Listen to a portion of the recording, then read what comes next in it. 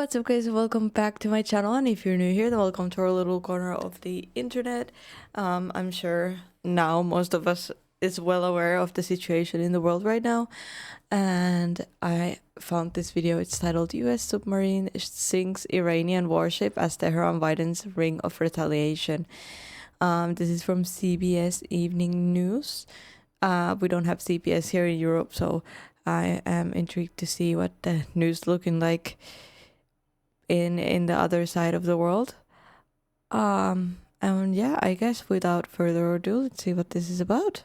And thank you for joining us on a very busy Wednesday night. Another day of missiles and drones crisscrossing the skies of the Middle East as Iran widens its ring of retaliatory fire tonight, threatening to Retaliation. Did I say that right?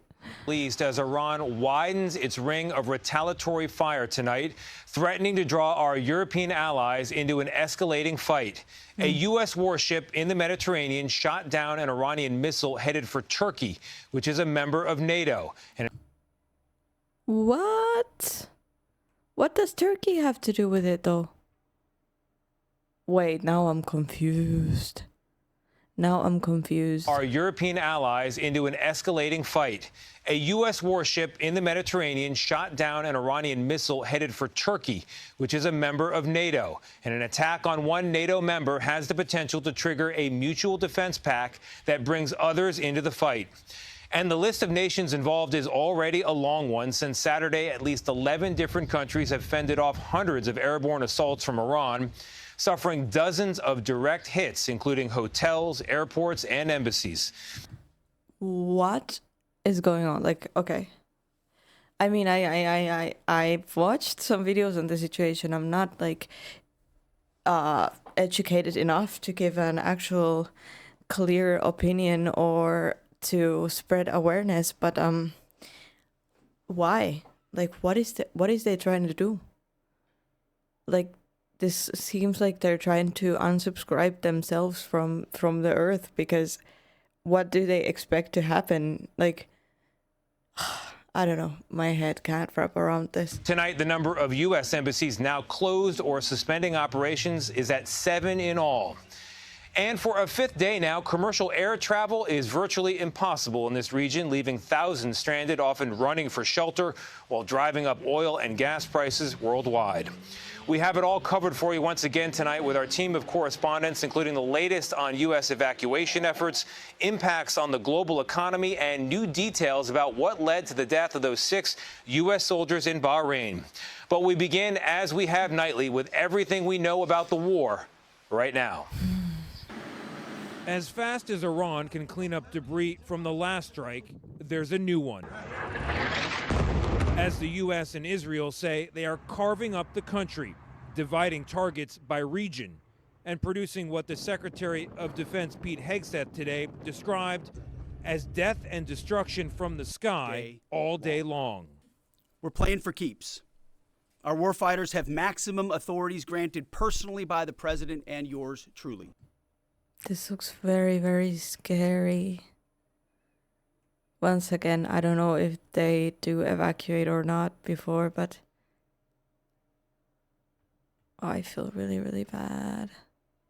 I'm not saying like who's right or who's wrong or whatever, but it's just always sad to see people destroy what they've built. And in I don't know. I hope you guys understand what I mean. I'm not taking sides. I'm not saying anything like that. I'm just saying it hurts me to see this happening, you know?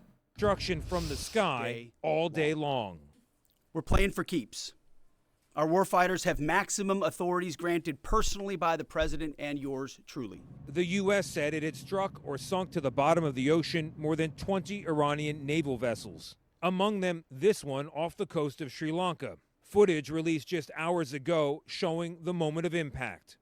A single torpedo launched from an American submarine, the first such sinking of an enemy ship since World War II. Meanwhile, in the skies over Iran, the IDF says an Israeli F-35, in another first, took out an Iranian warplane, as other Israeli jets took aim at Iranian police stations, detention centers, and other parts of its internal police state. the latest sign that the U.S. and Israel hope that what bombs can't do from above, the Iranian people will do from the ground. Effie Defrin is an IDF brigadier general. We don't have aim to change the regime as military, but we want to shake this. Again, I don't think I understand the concept. I don't think I'm understanding this. Bombs can't do. There's just cars going by, people there. Like, can someone explain the concept? I don't get it. Do from above, the Iranian people will do from the ground. Effie Defrin is an IDF brigadier general. We don't have aim to change the regime as military, but we want to shake this horrible terror regime. The strikes on Iran were so intense that state television announced it would postpone funeral ceremonies for the supreme leader. And Israel warned that a successor with the same ideology as the Ayatollah would also be a, quote, unequivocal target for elimination. Right. Nearly 8. Right, because they eliminated the main, I don't want to say issue, because that's a wrong word to use for a person.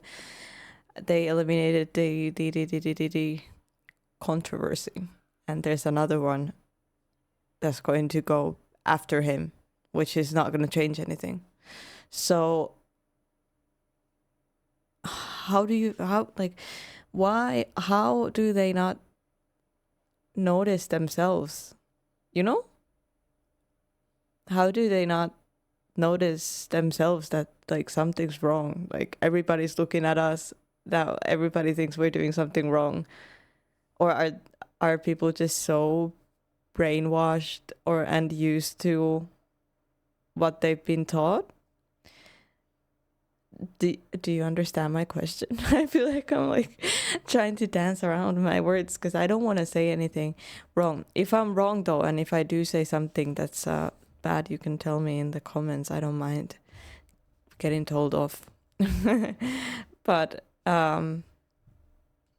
yeah, I just don't want to use words that will sound like I don't know. I don't want to say something that I don't mean. So that's why I'm speaking in code language, basically. Would also be a, quote, unequivocal target for elimination. Nearly 800 people in Iran have died so far in the U.S.-Israeli strikes, according to the Iranian Red Crescent. But Iran's leaders pledged to continue fighting, launching fresh strikes on Saudi Arabia, the United Arab Emirates, Kuwait, and Qatar, including the largest U.S. base in the region there. Iran and its allies in Lebanon deployed a coordinated barrage at Israel today, triggering sirens throughout the country. Israel, for its part, deepened its counter-assault on Hezbollah in Lebanon, telling residents part of the country to leave immediately. And with Americans trapped in the region, the U.S. government announced plans to evacuate U.S. nationals from multiple countries. We should not be at this war. I believe it's wrong. In Washington, Democrats and some Republicans denounced what they fear will be another costly American operation in the Middle East. How do you avoid this becoming a grinding, long-term death trap for both Israel and America? Well, again, let me start by explaining that, Iran is posing a threat not only for Israel, the region, it's also the entire world. But the reason I ask this question in this way is because from an American perspective, we look at wars in the Middle East and we think of this man who's interviewing him looks like the same man who was interviewing Putin in one interview, and it didn't go down as planned, because every time Putin responded a question and he didn't like how he answered it, he started asking more questions before letting Putin finish what he was saying. And then at the end of it, Putin said, "Can you stop interrupting me? Like, if you don't like my answer, you're still going to have to hear it because this is free speech." Or is this free speech of the Americans? Literally said that. I would have fainted. From an American perspective, we look at wars in the Middle East and we think of Iraq and Afghanistan. It becomes a quagmire, a swamp where people go, die, and nothing changes. How do you avoid that here? I totally understand you. Iran is producing missiles. They already hit Cyprus. They have blood on their American blood on their hands. They are a problem of the world. And thank Wow. I don't think I have Thank you for much joining. to Travel say is about this, honestly. It's very, very sad to see and hear that there are so many people dying. I don't care where they're from, but I do also hope that this comes to a correct conclusion and to a correct end, because this is wrong in all ways. But yeah, either way, guys, thank you for joining me for this video. I really hope you found it informative. Please leave a like, subscribe if you haven't yet, and I'll see you guys in the next video. Bye.